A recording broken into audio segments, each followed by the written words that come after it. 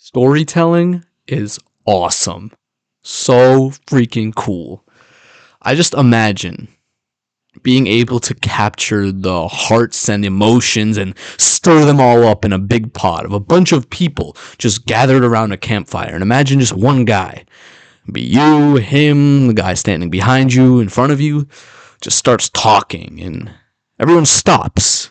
They just listen to what this guy has to say, and little do they know he's about to entertain them with one of the most amazing, perplexing, confusing, and beautiful stories ever written and conceived to man.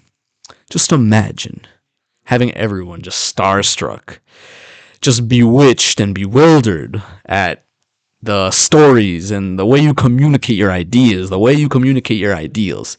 There's just a certain magic around it, just storytelling. I love the power of words, really. Just being able to grip so many people's hearts like that. It's cool.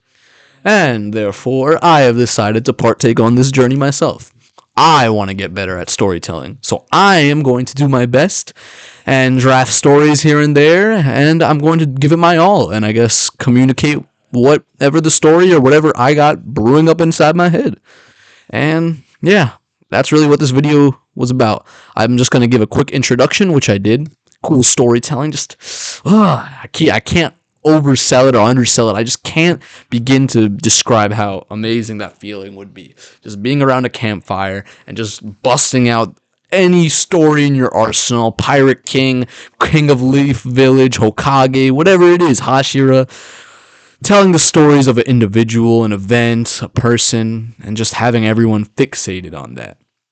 That is inspiring, and that is awesome.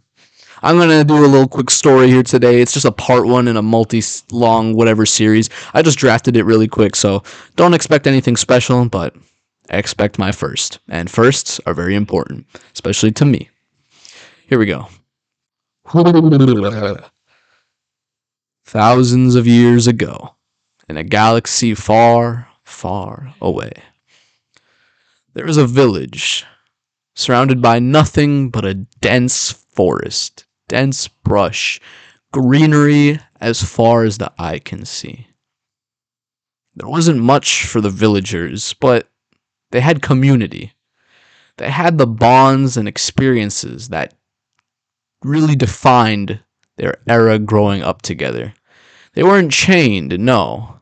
They were almost boosted and almost strengthened by these bonds, these shackles that tied them all together. Log cabins, cattle, and a simple farmer's life was all there was to be. But not for him. Not for Yearwood. Not for a young, ambitious 7-year-old lad. You see, Yearwood had a dream, a calling, a passion. What was it, you ask? Exploration. The dense forest and brush was completely off limits, a forbidden territory, taboo to the villagers. Anyone who wandered too far never returned. Could it be animals? Mother Nature herself?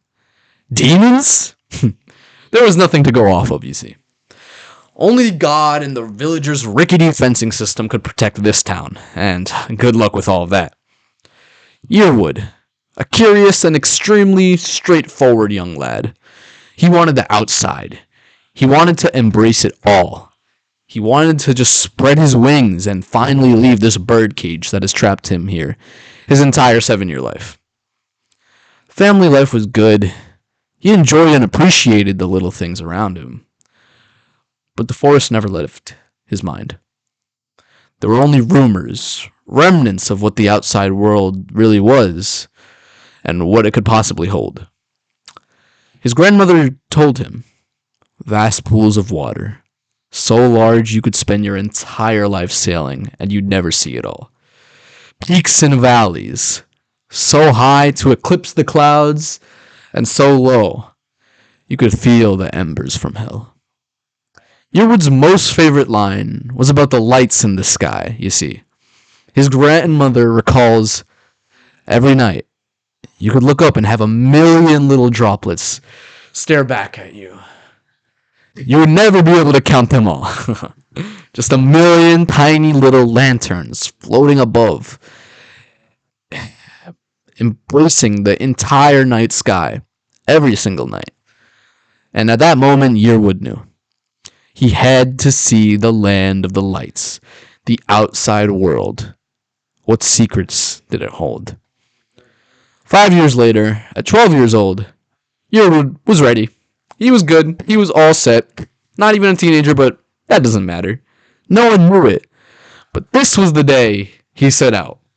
After all, his mom and dad, they were waiting for him. Somewhere out there. I'll be sure to finally meet them, he cried. When his grandmother fell asleep, Yearwood packed his satchel and was off. The forest wasn't ready for him, he thought. That was part one in my multi-part series. Of course, I messed up here and there. I'm reading from the script, no, that was all off the dome. You already know. I'm clean with it. I'm nice with it. Ain't nothing bothering me. I'm clean. But seriously, this was kind of inspired. You could probably tell if you've watched Attack on Titan, but slightly inspired by Attack on Titan, especially the idea of something covering the walls of the village. Yeah. The dream of the ocean so vast that you could spend your whole life collecting salt so that merchants would never be able to, harvest all of it, or sailing the entire ocean and you could never see all the sights that there were to be seen. That's part one. Let me know what you think. It was just a little draft, but I really do like storytelling. I spent a little too much of this day thinking about this. I should have done more work, but hey, I really love doing the things I love, and I'm committed to it. I'm passionate now. I feel like I'm finally just there, of just embracing the things I really want to do, instead of just overthinking the tiniest things. I'll see you all later, though. Short video today, nothing crazy. See you on the flip side. D Seeker out. Bye.